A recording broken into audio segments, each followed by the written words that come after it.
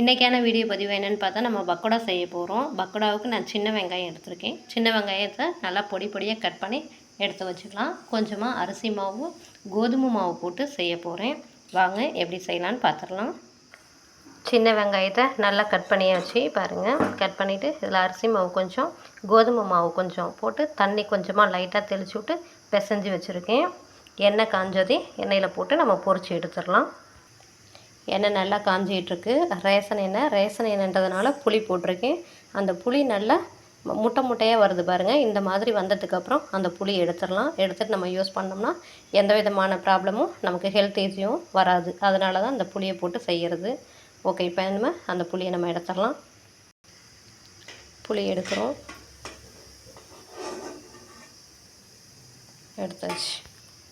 இப்போ அப்படியே இந்த வெங்காயத்தை கொஞ்சம் கொஞ்சமாக போட்டு நம்ம பொரிச்சு எடுத்துக்கலாம்.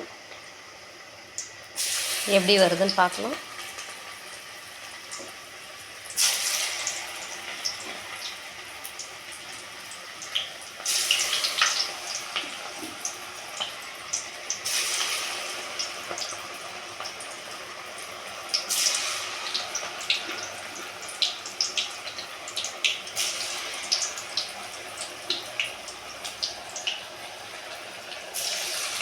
கொஞ்சம் நேரம் வேகட்டும்.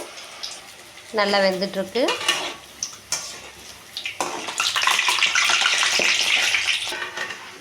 நல்லா வெந்துருச்சு பாருங்கள். இப்போ நம்ம ஒரு பிளேட்டுக்கு மாற்றிடலாம்.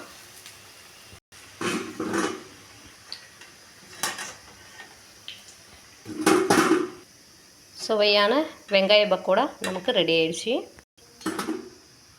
திரும்ப நம்ம இருக்கிறது எல்லாத்தையும் போட்டு எடுத்துக்கலாம்.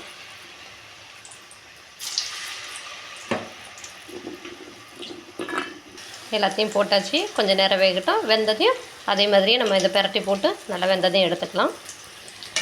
இதே நம்ம கடலை மாவுலையும் செய்யலாம். நம்ம இப்போ செஞ்சுருக்கிறது வந்து கோதுமை மாவில் நம்ம செஞ்சுருக்கோம். கோதுமை மாவில் செஞ்சுருக்கிறது ரொம்பவே ஹெல்த்து தான். குழந்தைங்களுக்கு நல்லா கொடுக்கலாம். பெரிய வெங்காயம் காட்டிலாம் சின்ன வெங்காயம் செய்கிறது வந்து அதுவும் ரொம்பவே நல்லது. அதனால தான் நான் இன்றைக்கி சின்ன வெங்காயம் போட்டு செஞ்சுருக்கேன். நீங்களும் உங்கள் குழந்தைங்களுக்கு இதே மாதிரி ஹெல்த்தான டிஷ் செஞ்சு கொடுங்க. எப்படி இருக்குன்னு சொல்லுங்கள். ஓகே, நம்ம மீண்டும் வேறு ஒரு வீடியோவில் சந்திக்கலாம். சுவையான பக்கோடா ரெடி. செஞ்சு வச்சு பாருங்கள். சாப்பிட்டு பார்க்கலாம் இப்போ எப்படி இருக்குன்ட்டு. நல்லா மொறு மொறுன்னு சூப்பராக இருக்குது. சூடாக இருக்குது.